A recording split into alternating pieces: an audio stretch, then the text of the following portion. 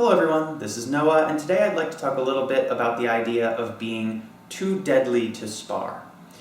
Now, this is something that comes up a lot in arguments between traditional martial artists and sport martial artists. And it's the idea that the techniques of your system are too dangerous and too deadly to use in a free exchange with a resistant partner. That if you were to do so, you would maim or kill them, and you just simply can't train that way.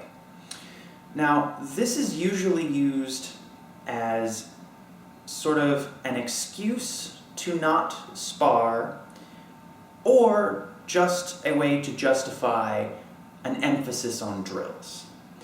Now, drills are obviously extremely valuable. They are how we learn to do a technique.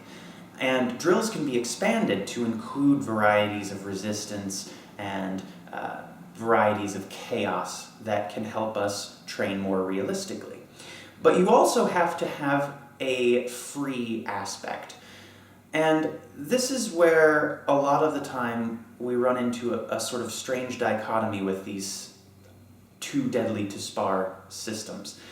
They'll say that their techniques are too deadly to spar, and then a lot of the time they will actually do sparring, but it tends to be the sort of faux kickboxing, sport karate type of sparring that really has no relation to their system at all beyond, okay, we've got punches and kicks just like you do. And if you want your system to actually be effective for you, you have to have some way of testing it and putting yourself under pressure. Now, does that have to be sparring exactly the way mixed martial artists do it, or the way karate people who compete in competitions do it? No. You can find ways of sparring that fit what you do. You'll have to incorporate safety measures because we can never train sort of that 100% realism that would be ideal for making yourself as prepared as possible. Because yes, some techniques are just really dangerous. You can't go jamming fingers in people's eyes and squeezing their throat and stomping on their knee. They wouldn't be able to keep training, and we don't want to take people out of martial arts, we want to bring them in.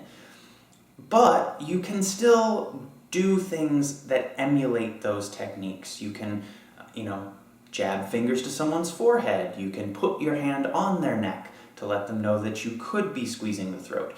You can pull your kick before you hit them in the knee. All these things can be done, and yes, that does make them a little less realistic because we aren't employing that full technique. But there's always going to be a flaw in your training because we can't do that 100% realistic training. You may have to pull your strikes, you may have to go a little slower to keep things safe, but then you can do other things, drills with pads and bags and training dummies and partners, that allow you to make up for that training flaw and have just a more holistic approach to that training. There's no need to use the it's too dangerous or too deadly excuse to get out of that resistant free exchange. You just need to find an approach that works for you.